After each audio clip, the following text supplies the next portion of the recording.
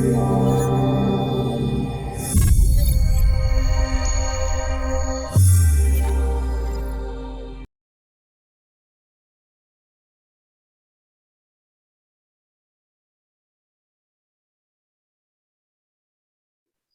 good morning, good afternoon and good evening to everyone around the globe who's tuned into this beautiful conversation that we're going to have today with our gorgeous guest, Annwyn.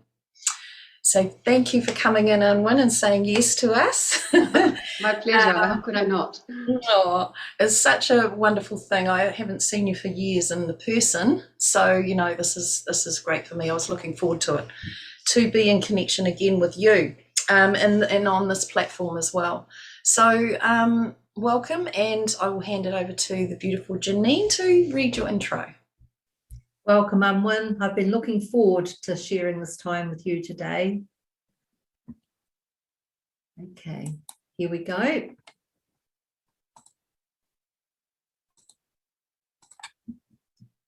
Annwyn is an activator of vibrational frequencies and formulas that impacts on the shifting consciousness of humanity. Through her voice, whether speaking or channeling sacred sounds, and as a writer, Annwyn inspires and impulses others during this time of accelerated spiritual development on Earth. Her favourite quote by Tesla is, "If you wish to understand the universe, then understand vibrational frequency and energy." A published author, her first book describes her personal journey through grief as a powerful catalyst for a huge awakening. Through her son in spirit, she learns of eternal, universal love, and that because there is no death, we need not be crippled by the fear of death or grief. She also discovers there is no separation when viewed from the perspective of our higher nature. Her second book is nearing completion and expands the theme of universal eternal love by observing the division on Earth. This is a fascinating look at the way energy has been misused on Earth to maintain fear and separation through a carefully cultivated consciousness that is not the natural state of the human, the God-man. Annwyn invites her readers to discover the natural state of their higher nature when the acquired human nature is no longer their prevalent energy. Annwyn hosts spiritual retreats and workshops as well as individual mentoring sessions.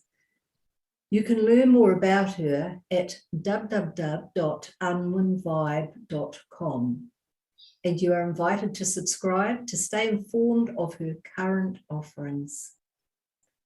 So thank you again, Annwyn, for being here. And I'd actually like to start off, I feel it's appropriate to start off with you speaking about your own awakening and how it began through the death of your beloved son 20 years ago. And would you share with us your journey at that time and how that tragic event could be seen on a level as a blessing also?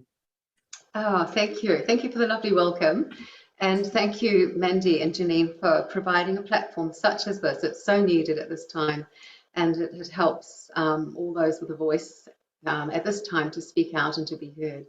So much gratitude to you both. Thank you.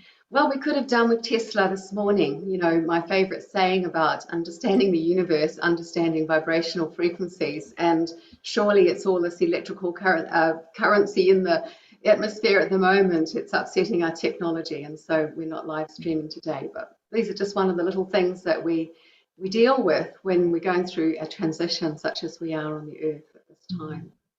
But how did it begin for me? Goodness me, 20 years ago, when we were all worried about the millennium bug. Do you remember that? The millennium bug? And we were all on tenterhooks because we thought everything was going to crash and all the internet was going to go down and we'd never have life again as we knew it. Isn't it funny? When you think back about that, we were all so upset and all so focused on that.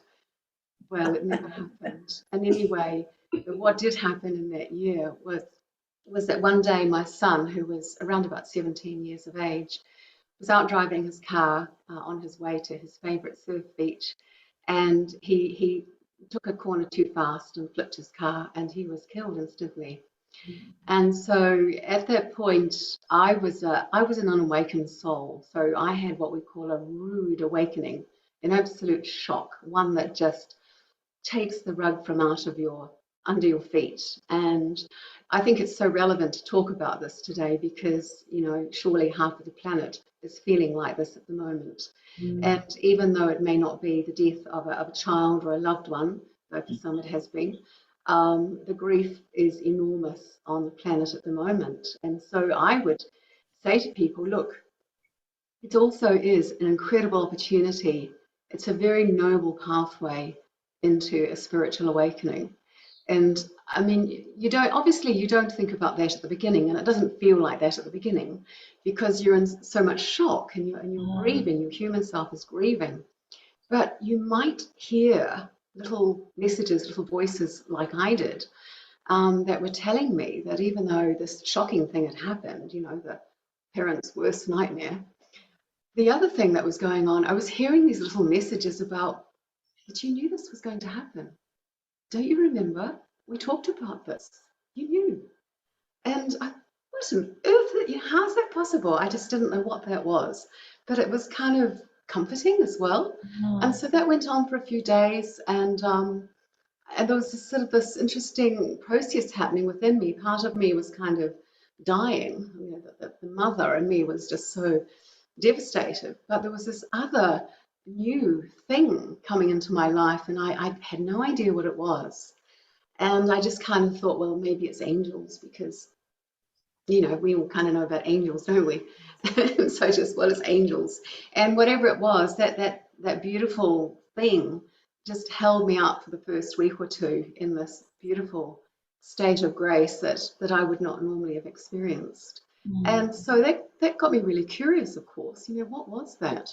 And then just a few weeks after Tim's funeral, my daughter Laura, who was only 16 at the time, she tried to take her life. She was so grief-stricken. And boy, that was a real turning point for me because it was like, well, if she goes, what am I here for? You know, what's the point? I identified my purpose for being on the planet so much through being a mother that there simply wouldn't be any reason for me to continue to be here. Boy, did my guides come in fast then.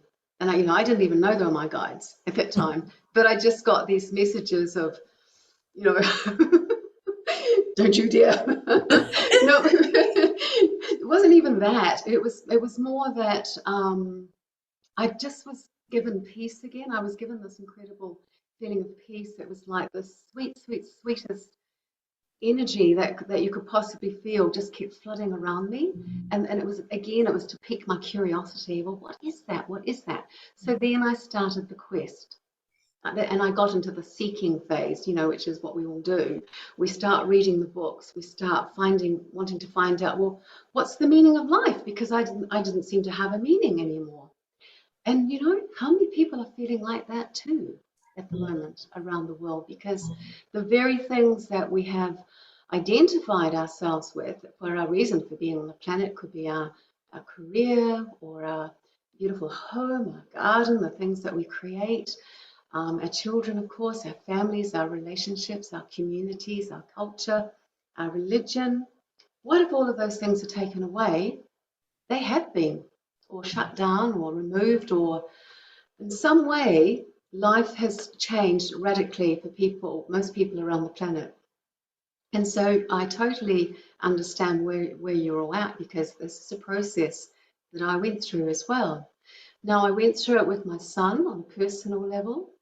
And then when the city of Christchurch, and Janine, you were living there at the same time, we both went through the earthquakes there, and they were huge earthquakes.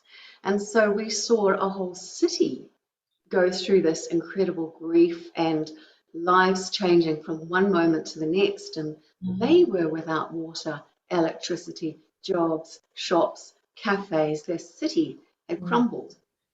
And now we're seeing this on a planetary scale. So it's the same process, really, isn't it? You know, Yes. the first part of the process is the dismantling And that's what happened when my son died. It was like, I fell to pieces, and all what I thought was me came tumbling down. And of course, we don't like that feeling very much. So often we tend to run away, and I did.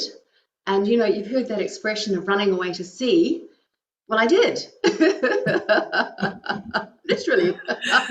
I didn't join the Navy, but I did go sailing. And I lived on a yacht for 6 years. And, you might think, wow, that just sounds so amazing. What a dream paradise. Isn't that the ultimate way to live? Well, yes, it is. But, it was actually a setup, because the person that I eventually ended up being in a relationship with was a very close soulmate, and he had taken on the role, as I learned later. I didn't know this at the time. His role was to absolutely bring about my dismantle. So the dismantle that people are going through now, through the COVID, through the vaccinations, through the lockdowns, all of that stuff, he was doing when we were living together on this yacht. And there's nowhere to hide on a yacht, You're there 24/7. You can't escape. And the first thing he did was, I have to tell you that I completely reinvented myself. I even changed my name. Now, one of my family names is McCorkindale. So I called myself Corky. Do you love that? Corky. Wow. It's pretty neat, hey? It's so much better than grieving mother. Yes. So I was Corky, and I literally reinvented myself as this ocean-going adventurous, bulletproof, invincible, resilient. I wasn't going to be this grieving mother, no way. But my partner, who I'll call Manny, saw right through this. Do you know, in 6 years, he never called me Corky once. Not once. He knew that wasn't me. And I remember the very first time when we set off sailing, we were in Fiji, and we were just leaving the marina. I'd arrived, and we're in the marina. It was time to untie all the ropes and get sailing on our first little voyage together. And I remember him so clearly standing at the steering wheel, looking over at me and saying, "So I wonder who Corky really is." And I thought, oh my gosh. And because I just built up this wall. I built up this wall of protection, a wall of defense, a wall that was going to protect me from feeling what was really in my heart. And I would say to people, look out for that, because that's a real trap of the journey of grief. And it can distract you for quite a long time, and it just delays your process. And I know it's not an easy process, but there's no point in prolonging it and protracting it the way that I did. So I hope people can learn from my experience and look out for that reinvented persona, or getting very busy in some way, or getting distracted in some way, and not actually listening to that heart of yours that is begging to be healed, to be acknowledged, and to be heard. And so my dear friend Manny took out every brick of that Corky wall, one by one, until there was just a dust pile on the deck, just a pile of old bricks. And I just didn't, well, where's me? I didn't know, there's no Corky there, and my name was Annette. There's no Annette there. Who am I? I really didn't know who I was anymore. And this is what we call the dark night of the soul. Yeah. So I'm sure people are relating to this. You get to a point where you don't know who you are. But that's the good news. Actually, that's the really good news, because when you get to that point, you've got no other choice but to start listening to this heart and finding out, well, who am I? And this is when we discover this amazing thing, who we really are. And we step into this more authentic version. And we don't have to play the roles that we played anymore. And we don't have all those erroneous beliefs that we had for years and years and years, lifetimes, in fact. We've stepped out of it. We've released it. And that is the blessing, my dear friends. That is the gift. The gift of griefs are enormous. And part of the grief too is the vulnerability. Yeah. Vulnerability needs to come into your life, needs to be embraced. And I see people so often saying, it's time to be resilient. And I say, well, hold on. There's a good part of resilience. There's a good part. Resilience can mean that you have the strength to come back to where you were. Like, think of a willow tree bending in the wind, and it's supple and it has the resilience to come back again. If it didn't have that flexibility, it would snap. So yes, we need that, like a rubber band, we need that resilience. But we don't want to muddle it up with being staunch. Because I think in New Zealand, we actually think to be resilient is to be staunch. And that's an awful lot of energy required to maintain that. Yes. Yeah. Definitely. And that energy can be taken somewhere else. And it's a battle up energy. And you're just in battle, you're defensive, and it's a lot of energy. Been there, done that. It doesn't work, And I didn't like vulnerable. I didn't want to ever go into vulnerability, but it's a good thing to be vulnerable. That dismantling, it's automatic in lots of ways. It is just going to happen, and you see it now. It's just happening. People, whether you want it to or not, it's happening. Yes, that's right. And I know, it does make it so much harder when we're resisting it. Yeah. But we don't know that we're doing that sometimes until we've let it go, and we go, oh That's gosh, right. I was really resisting that. Yeah. And the human nature doesn't like change. We've got a very raggedy base chakra that worries about us a lot. It's kind of still in survival mode from all of those previous incarnations. And we've got what I call the acquired human nature, which is, dominated by what we call the human ego. And that wants to protect us and save us from all these horrific things that it still remembers. And so it doesn't want things to change, and it's always doing a good job for us and looking out for us. But of course, we have to let it know that things are changing and that we're actually okay. And we are the process. We are a process. Yes, absolutely. When you were, thank you for sharing your journey too. It brought back lots of memories for me, actually, as you were speaking about way back then. And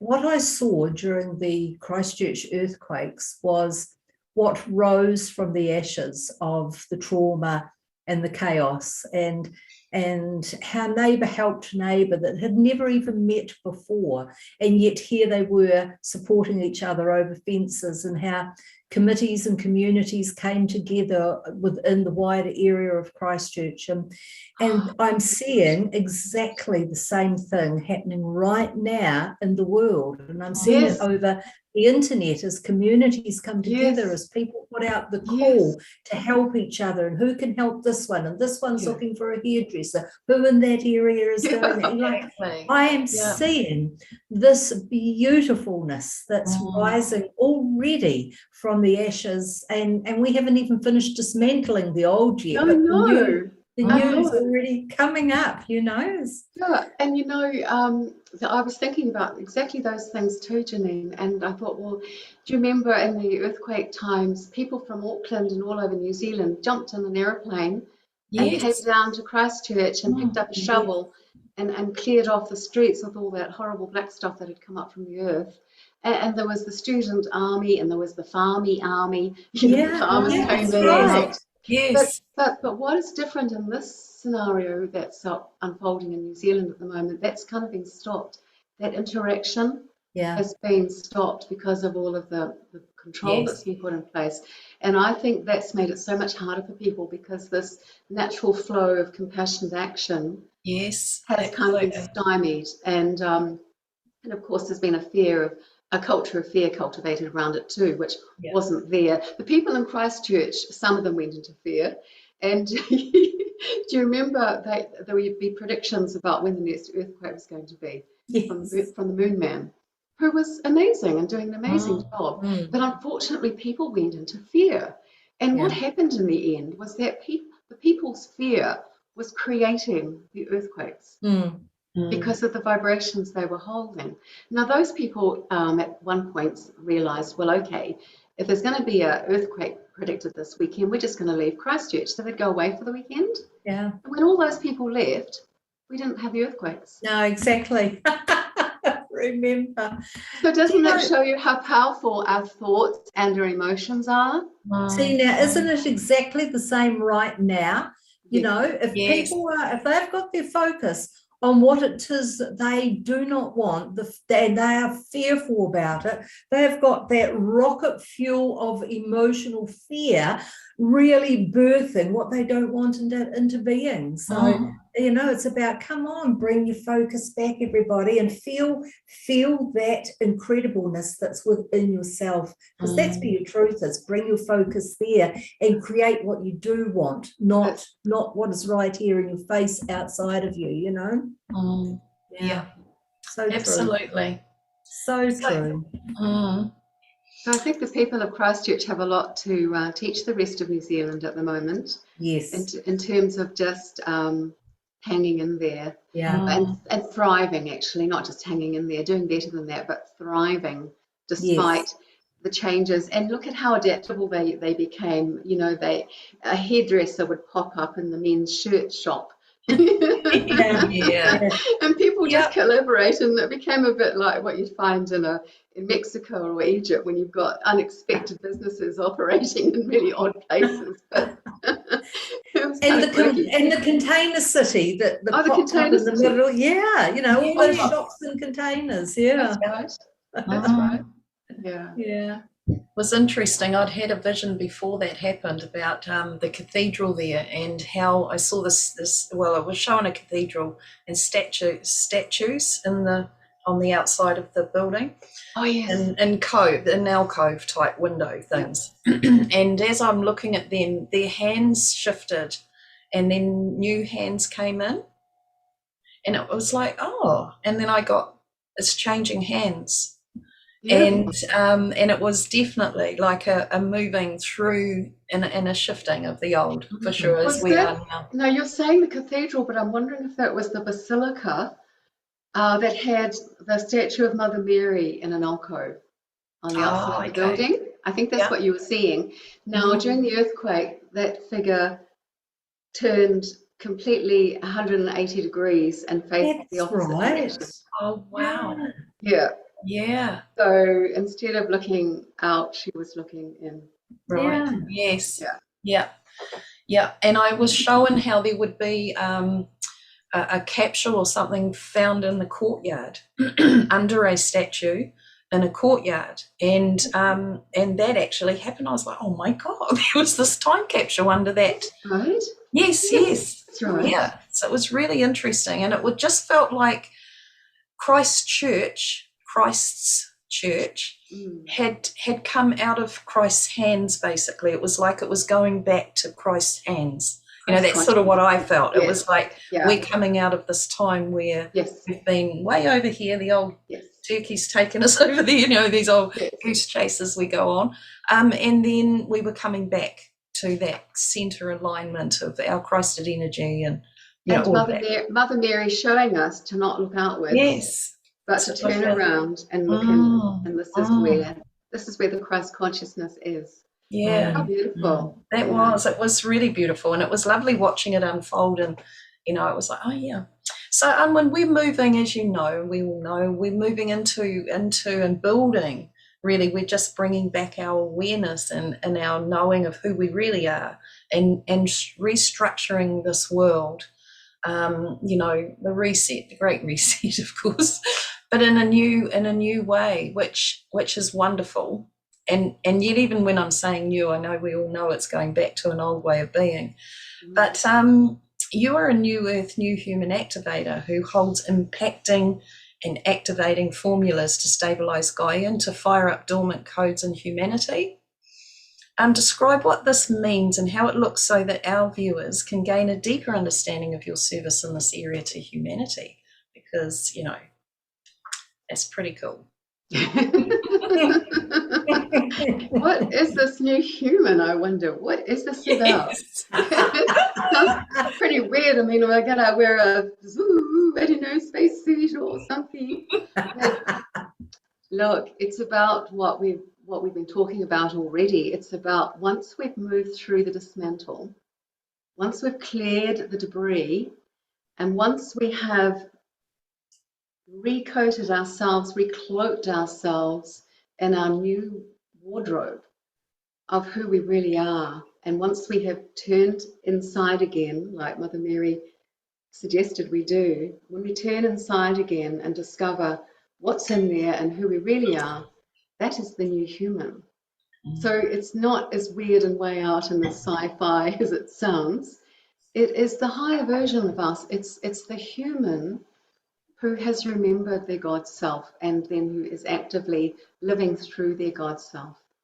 And of course, if you're still in the dismantling stage and you're just a pile of bricks on the floor at the moment, this isn't really going to make a lot of sense to you. And I couldn't have heard this at that point either. But for those who have done some rebuilding of their authentic self already and can now discern between what is their human nature and what is their God nature, then they are morphing into what we call the new human. Because you see, we've been so led and so directed by what I like to call the acquired human nature, because it isn't ours. It's not who we are. It's not our natural state at all. And so once we see through that and we understand that and we, celebrate all that we've endured and experienced and benefited from all of that journey, we then leave that journey behind. And, you can express that in lots of ways. You can say that's leaving the third and fourth dimension behind. You can just say it's releasing the ego, it's releasing the human nature. It doesn't really matter how you express it. It comes to the same concept that you're actually saying, I remember, I'm God in the body. Here I am. I'm God in the body. I'm walking this planet. And I love my life. I love my journey. I'm remembering more and more and more of who I am all the way through. And so the things that we used to engage with when we were more directed by our human nature simply becomes unimportant. And I think it's hilarious that, when we're in lockdown, you can't go to cafes and shops. Well, I mean, if you've dropped your human nature, those things don't mean anything to you anymore anyway. It's really funny. It's like, well, I've been living this way for quite a long time already, living isolated because that's how I prefer to live. But I'm not really isolated because I know I'm surrounded by my soul family, the beings of light, my beautiful son Tim, the nature spirits, and of course, I'm always walking hand in hand with my soul. So really, there's never a moment's peace because you're 24/7. You're in this awareness that you are a being of light and you have access to that 24/7. And it's kind of sorry, yep. I'm sorry for interrupting your beautiful flow, but I just wanted to say, I must say, the new human is all about feeling, and where we're moving into is knowing ourselves as feeling beings. And as you started off speaking then, Annwyn, and you talked about turning inward, your voice took on a totally different vibration. And my response was this warmth that reached right out through the computer and mixed in with the warmth of you as you were talking. And that is who we are. That is us being authentic. We recognize each other on that level. It's like, yes, there she is. There she is. I love the outward parts. I love the gaiety, I love the excitement and all that, but then there's that voice that turns inward and talks from that very deep place, and that's like, now we're home. Oh, look, I just want you to come and rewrite my website for me, because you put that so beautifully. I mean, that's what we do as activators. You thank you, just saved me from answering that, because that is exactly what happens. It's kind of like full-time. We're not going out to be a healer today. We're not going out to be in service today. We are full-time activating ourselves and others and being activated by others through these, the vibration through the voice, the eyes, just the whole energy field. And that's exactly, you know, like, this is what they mean by being a walking master on the earth, because we've moved into this place where we have sloughed off the limitations of that third and fourth dimension experience. And thank you for reminding me about the word feelings, because if you want to know a really quick little way of checking into where you are, your human nature operates through emotions, but your God nature operates through feelings. So,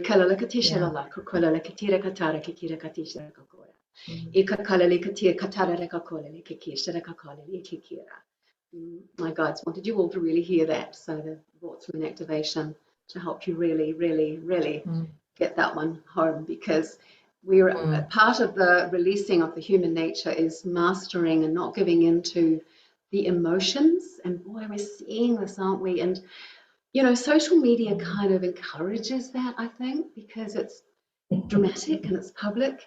But really, we're fueling the earth with the old 91, and it now needs unleaded, you know, high octane fuel. It needs the high vibrations, not the low vibrations. But I understand why people go into the old emotions, because it's familiar. There's a sense of security there. And so when something unexpected happens, we tend to relate and respond in a way that was very familiar to us. The mastery that comes in when we catch ourselves quickly, and it gets faster and faster at that moment of catching ourselves and go, okay, well, I choose not to go there.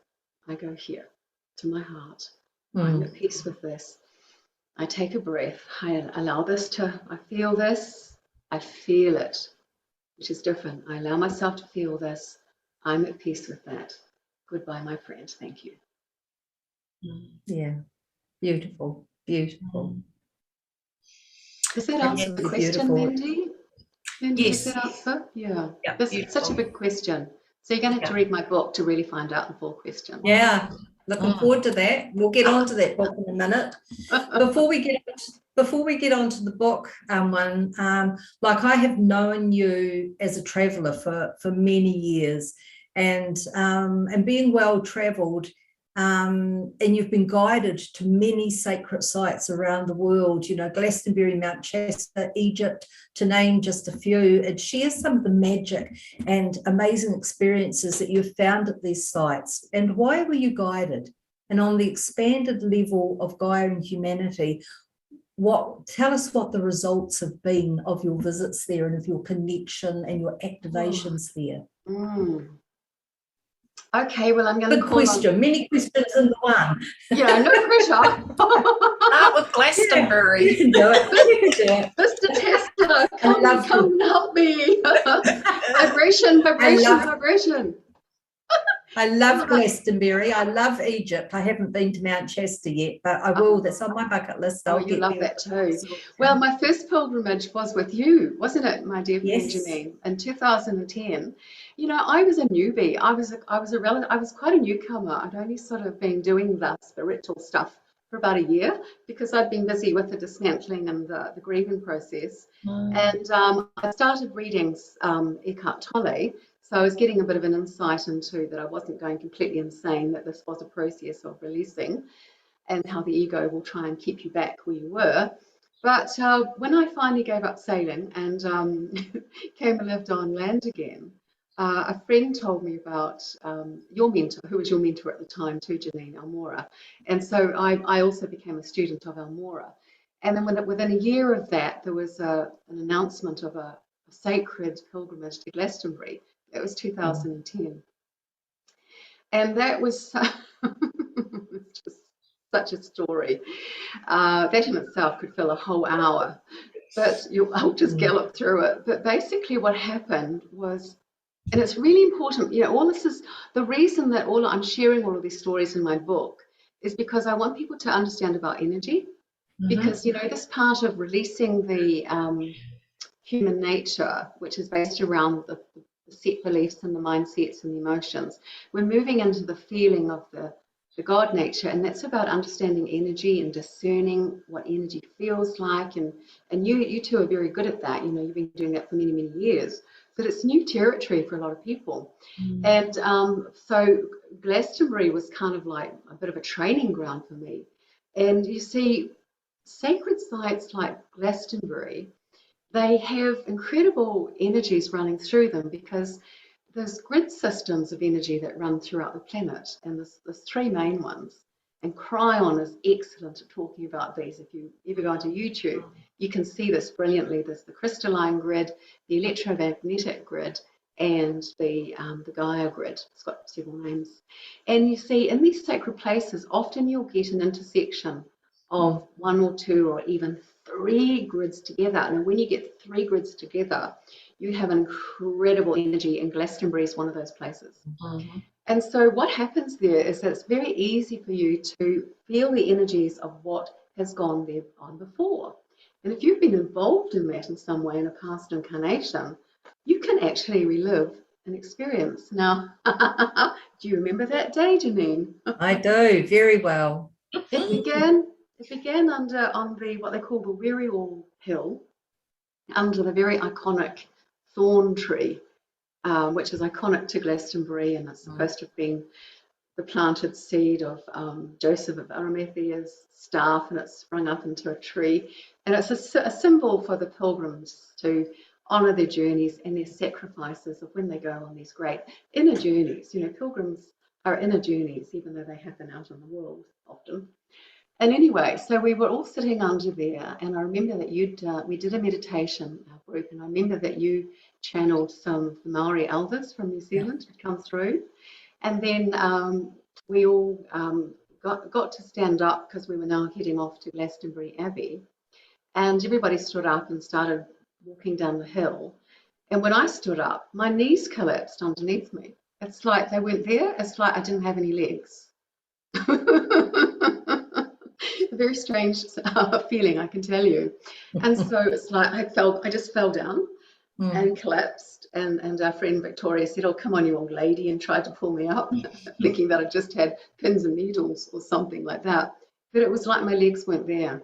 And it took me quite a while to actually find my legs again and get them to walk and catch up with the others. So we walked over to Glastonbury Abbey, which is not that far away. And the abbey is in ruins, most of it, but what remains is an octagonal shaped building called the Abbot's Kitchen. And you can go in there, and there's a professional actress at different times, or actors, and they relive how the daily lives of people in the 15th century.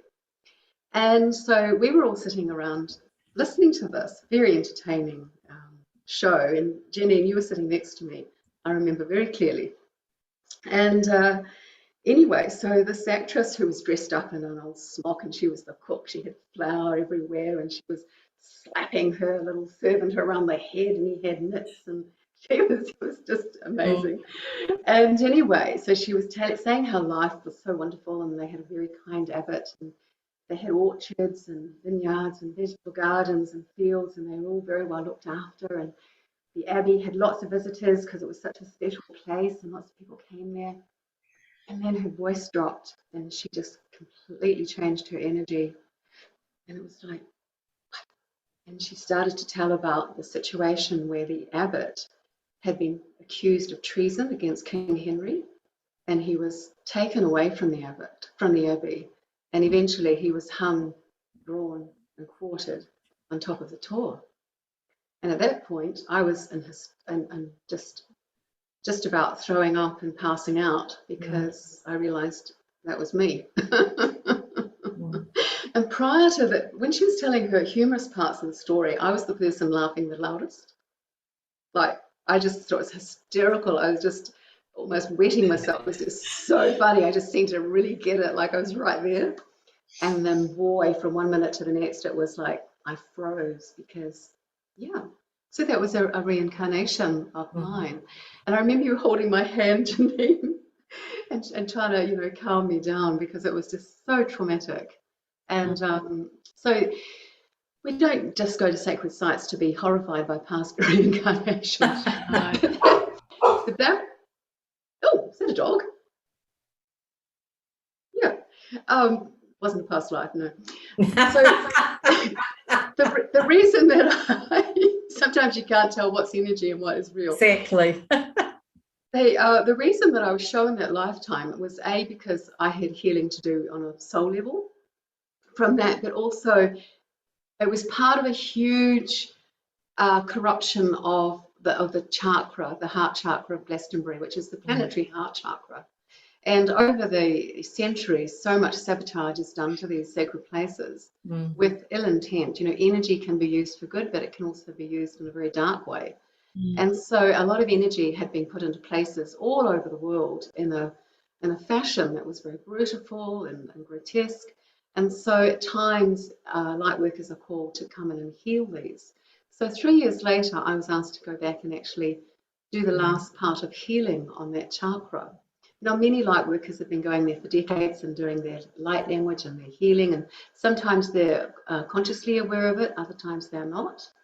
And I was given a very clear directive to go in 2013 and to do the final sweep of that heart chakra, to clear out the last bit, because part of my soul was still in there.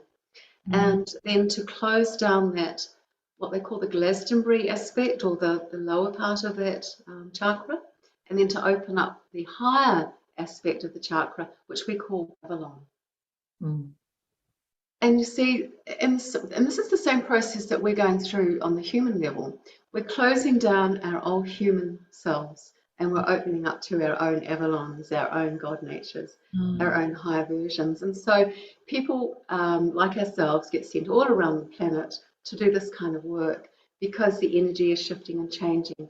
Sometimes it's about balancing energy. So a lot of energy goes up from the southern hemisphere. The southern hemisphere is very feminine. A lot of energy goes to the northern hemisphere to help restore the balance of the feminine energy. Some of that northern energy comes down here. So there's been this constant movement of energy around the planet for many, many, many years. And people will have heard of the Kundalini moving around the earth. And that was just one of those big energies moving. So yeah, the sacred sites are there because they hold tremendous power, they hold tremendous wisdom. And I would say that most of the healing on the planet has occurred now. And now it's time to go there and receive, you know, what has been there, but gets kind of shut down, it gets hidden until the consciousness of humanity is ready to receive it again. Beautiful. Glastonbury, gosh, 20 odd years ago I went there, and I was just blown away with the energy of it. I didn't know a lot about grids and things then, you know, just experiencing energy as I did. And I looked up the ley lines to have a look and see. I thought there's, you know, got to be something here. And every single ley line for that land, like the UK, England. Yep. Everywhere just came to that point. Glastonbury's the centre point. It's like there's a circle and everything meets into that circle. Yes. Glastonbury's it. And then it goes out throughout the whole planet. Yes. So I have a map on my wall. I mean, I think everybody has a map of Glastonbury, don't they, on their wall? With all the ley lines going. You don't? Oh. And there's a ley line, and it's got in all directions. Some of them just go throughout England, but others go right across the planet. And right at the edge of one of the borders of the map, it's got this big ley line. And do you know what's written on it? Tongariro. Oh, really? Wow. Tongariro. That's just down the road. Yeah. Wow. Awesome. Isn't that amazing? You know, I was amazed with on that particular journey in 2010 is that my team had said to me to take over as many pieces of greenstone as I could carry. And because everyone that was planted over there would send a bridge, an energetic bridge back to the land of Aotearoa. So, I mean, even from the tiniest small chips of our sacred stone comes energy bridges, you know. So we planted those everywhere we went. I was handing them out, and we were planting those in every crop circle we went into. They were planted, and yeah, it's fantastic. Yeah. Actually, I remember the day after that horrific remembering. The next day, I was too traumatized. I couldn't go on the morning. I remember that day. Yeah.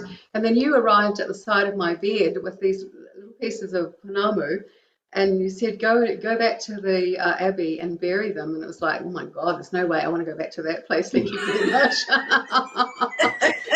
But I had to sort of face my fear and go. But actually, then I did go back, and it felt fine because the memory had come up that was done. So Yeah. and I borrowed a little teaspoon from the Airbnb. And I dug as much as I could with what you can do with a teaspoon in a few strategic places around the Abbey, and planted in the Panamu, and just said to Mother Earth, please take it deep. Yeah, yeah. Yeah, Yes, the things we do in service, eh? Well, everything for us is in service. I'm getting aware of the time, and I want to talk about your new book, darling Annwyn. So I'm going to move us on. So, so you're writing your latest book right now, and from your website, I've taken this paragraph. In essence, it is a paradoxical journey of releasing in order to embrace, rather like Dry Your Tears, which is your first book. Except instead of releasing grief in order to embrace love, we now write of the release of human nature in order to embrace our higher God nature, this is so completely relevant. Of course, this is why you're writing the book. So completely relevant for this time now. So would you share with us your inspiration for this book and what we as the readers can expect? Thank you. Yeah, I'd love to. You know, when I wrote Dry Your Tears, I had just finished the journey of grief myself. And I'd been told by my guides that a book was coming, to start journaling. And I had been journaling for a year or so, but I didn't know what I was to write about. And then when the Christchurch earthquakes hit, the second big ones, the really big ones that brought down the city and took lots of lives, it was when I saw the people's faces on the television of this incredible grief that they'd all just felt. And I knew what lay ahead for them. And I thought, oh my gosh, that's what my book's about. It's to help people through grief. So that was the catalyst. And then I knew that I'm going to be writing a lot of books in this lifetime, and so I just journal all of the time. But I really didn't know again what this book might be about, and I thought I'd started to write it a number of years ago, but I hadn't. I have to live what I write before I get to write it. Yes. So it's really a journey of consciousness. So why has this book now suddenly I feel like I'm nearly at the end of it. It's not too far off now. And because I really started writing it in May of this year, really started putting it together. And I thought, well, okay, it's because of this this separation and division around the planet, which is all about the human nature, isn't it? You know, that's the acquired human nature, and it's the illusion of that human nature that we are separate from ourselves, from each other, from our communities, from our very soul, from our very source of energy. We've just got this idea that we're separate, and we're not. And so what has happened over the last few years is that we've been given a very firm reminder that we are divided, that we are separate, that we could stay apart and not communicate with each other and not collaborate. So this is like a really big message to people to stay in this acquired consciousness of fear and separation. So it's like, there it goes. There it is. This is about understanding where this culture has come from. It's been carefully cultivated for centuries, centuries. Yeah. And how it's happened and why it's happened and how we're moving out of it. So it's kind of giving the bigger picture about division on the planet. And it's really interesting because you know, it's quite similar to the first book in a way, but as I said, the first book is about the dismantle and then the reclaiming of love. It's the dismantling of fear and the reclaiming of love. Well, this is the same sort of process, but it's at a higher octave. Because now we don't just acquire love at the human level, we're acquiring our love at the God level. And we're learning how to be God in a body and what that means. The cosmic God love is so different to the human love, for a start. And of course, within that, there is no separation, there is no division, it's just impossible. So really, the answer to the planet is simply moving into God love, isn't it? And this is your wonderful work, Janine. You know, you're just such a champion of the heart consciousness and to live through the heart. And I really honor your work because you've been doing this for many years now. And perhaps more than ever, people are understanding it now, why you do what you do. Yeah. Thank you. It's lovely of you to say. Thank you. It's my journey, it's my honor, it's my area of service, and I'm always learning as well. And that's the wonderful thing. Like us, the three of us here, you know, we're open to learning in every moment for ourselves. I love finding new pieces of myself. I really love that part. So yeah, thanks for sharing about your book, Annwyn, and I'm really looking forward to it coming out. I read the first one. It seems like lifetimes ago now, so I'm really looking forward to this. I love your style of writing.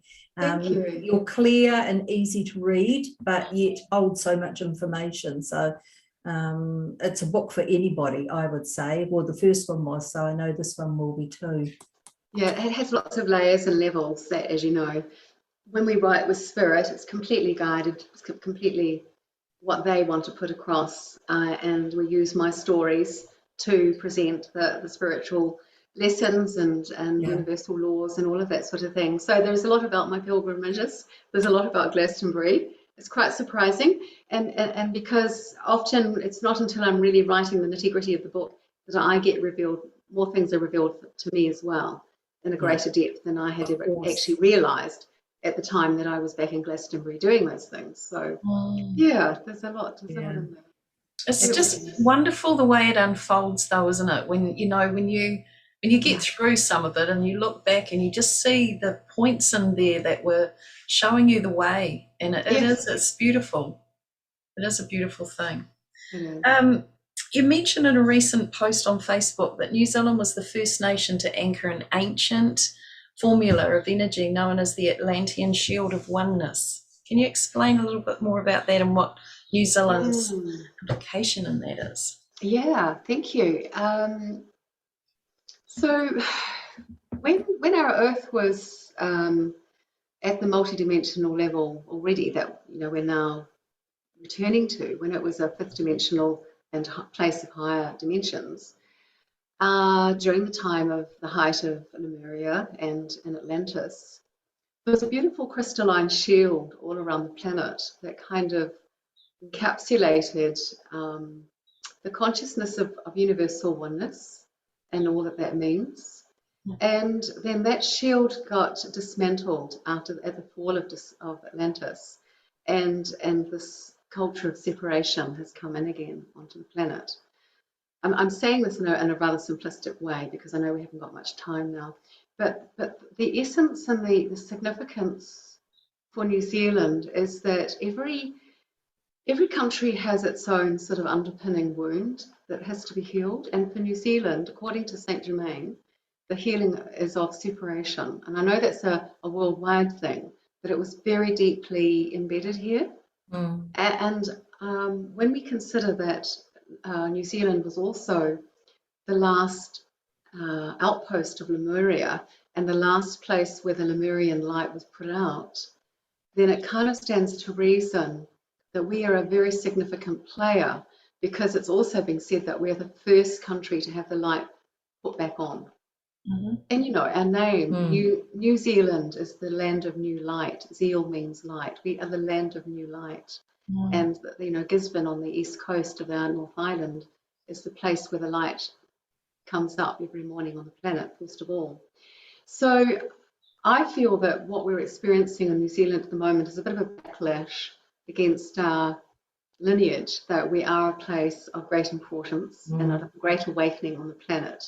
And so, of course, it's a bit like being seen in the way that the Glastonbury heart chakra for the planet has been seen. It's been utilised as a place of sabotage. And I feel that New Zealand possibly is experiencing some of this as well. So you know what? It's really a backhanded compliment. Yes, it is. It's really a backhander. And if we're kind of got so many precious jewels that we're sitting on here in New Zealand, well, hey, just let's get occupied with finding and discovering all of those jewels and gems for ourselves, because here we have amazing energy in our land here, in the grids, the energy grids that we've spoken about. And so we don't need to go to Sedona and Mount Shasta and all those places at the moment. We've got it right here.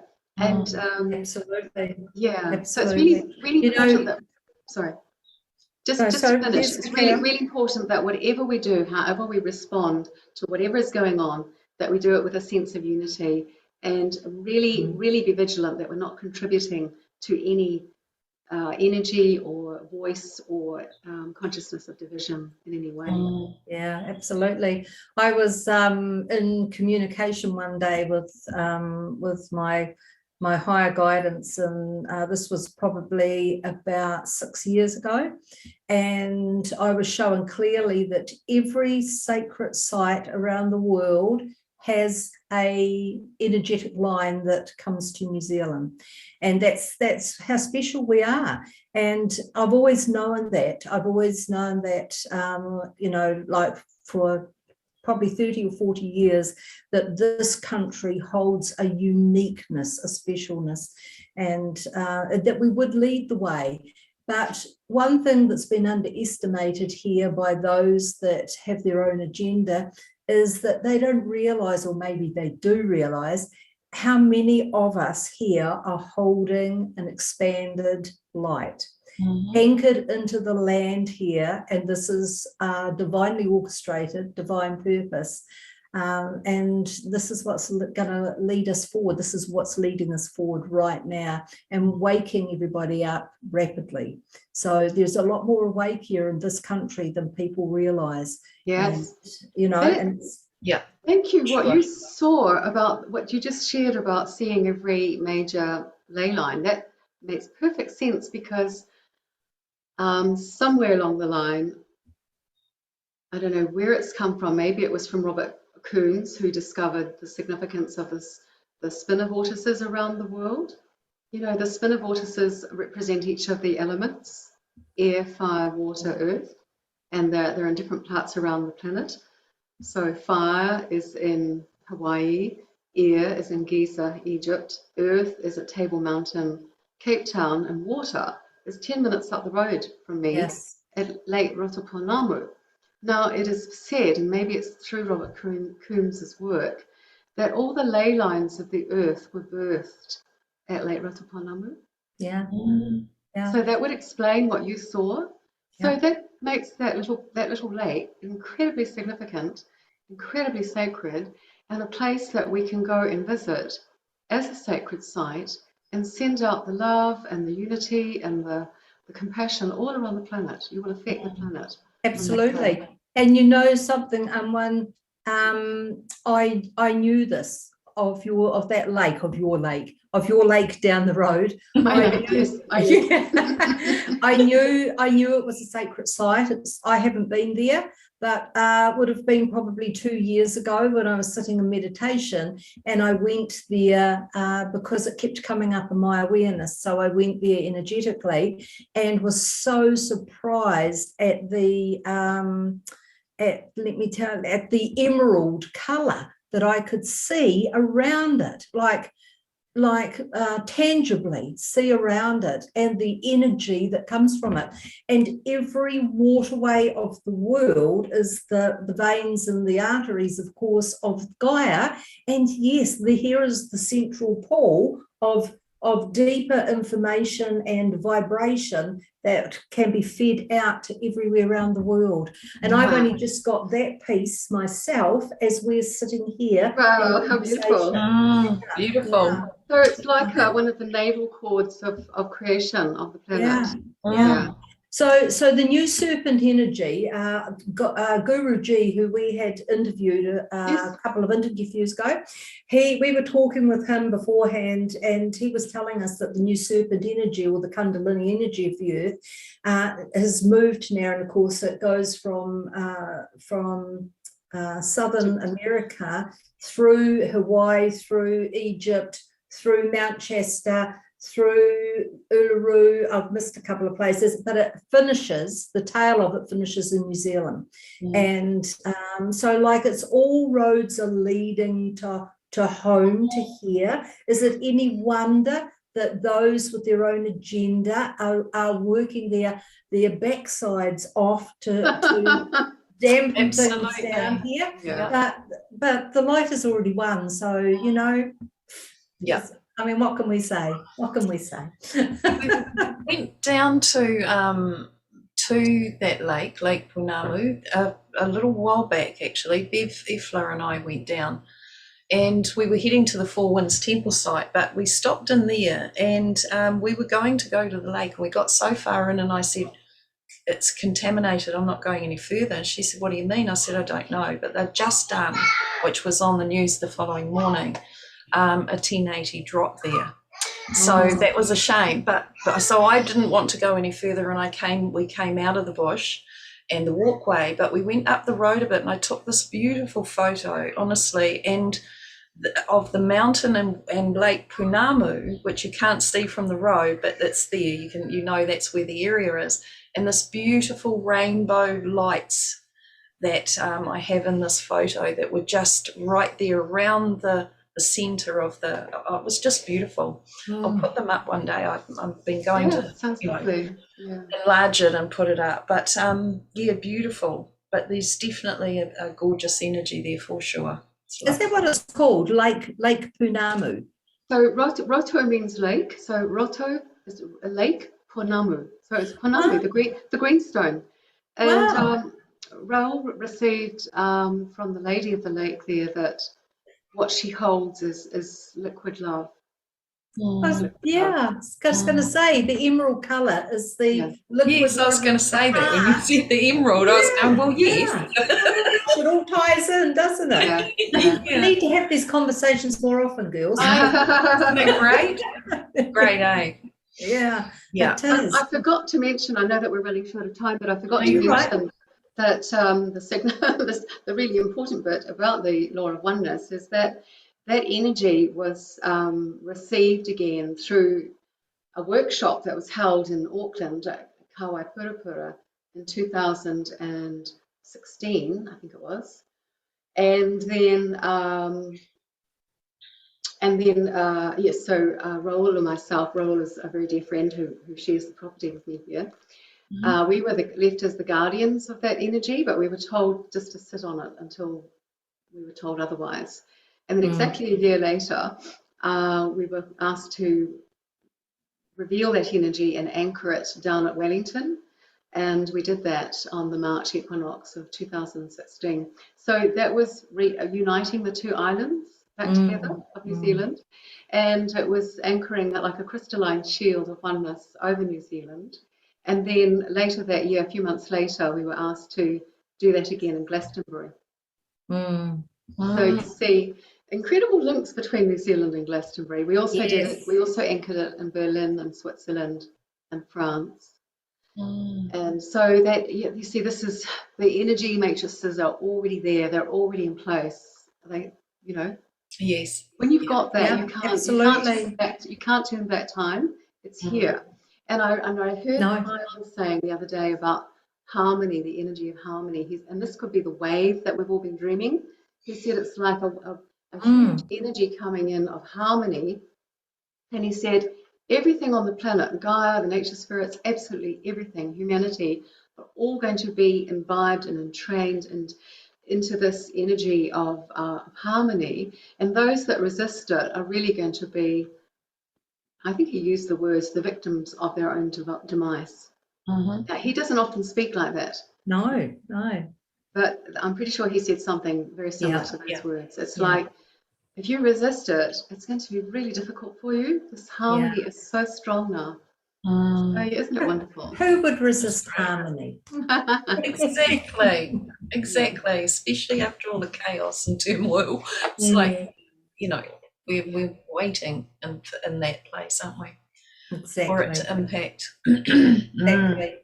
So in finishing today, darling Annwyn, it's been such a beautiful time, such a sacred time. Is there anything in particular that you would like to share with those who will be drawn to listen to this conversation before we finish up? Thank you.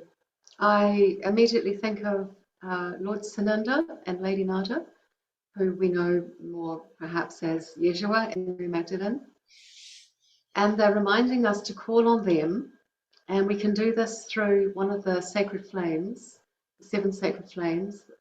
One is called the resurrection flame. And don't be put off by the word, it's got nothing to do with what the church has talked about. The resurrection flame holds many, many attributes, qualities of becoming God in the body. One of the attributes is the restored, the renewal, spiritual vigor and vitality, a renewed hope and faith. Because I feel a lot of people are losing faith and hope at the moment. Please tune in. You can actually get on YouTube, just Google Resurrection Flame meditation, and there are beautiful ones through the a website, sorry, not a website, a YouTube channel called The Lemurian Connection. Those ones are the authentic ones. And listen to them all, but particularly listen to the Resurrection Flame. They're about a 20-minute meditation, guided meditation, and it's really going to help us build this beautiful, renewed faith in our spirituality and our spiritual evolution. Beautiful. Yeah, beautiful. I just got that flow of warmth in me again as you were speaking. Every time you go into that very deep place, it's like, oh yeah, feel it. Lovely. Thank you. Thank you so much, my dears. What a lovely, lovely morning to spend with you. How lovely. Thank you so much for saying yes and coming in. It's gone far too quickly. Yeah, really fast. We'll do it again. We will, absolutely. Yes, there's so much more to share. I can feel that with you, so we will definitely do that again. Thank you. Thank you, Janine, for your beauty in this too. It always adds such a gorgeous mix to everything and everyone that we bring on in these conversations. So take great care. And of course, thank you to you too, Mandy. Yes, thank you too, Mandy. Thank you. I made a little quip on my Facebook page about the 3 wise women coming together just before Christmas. So. Yes, yeah, true. 3 wise men only turn up around Christmas time. You know, we're here for 24/7. We are. We are quite right. Absolutely. Thank you so much. Yeah, beautiful. Awesome. Thank you. Beautiful. Thank you.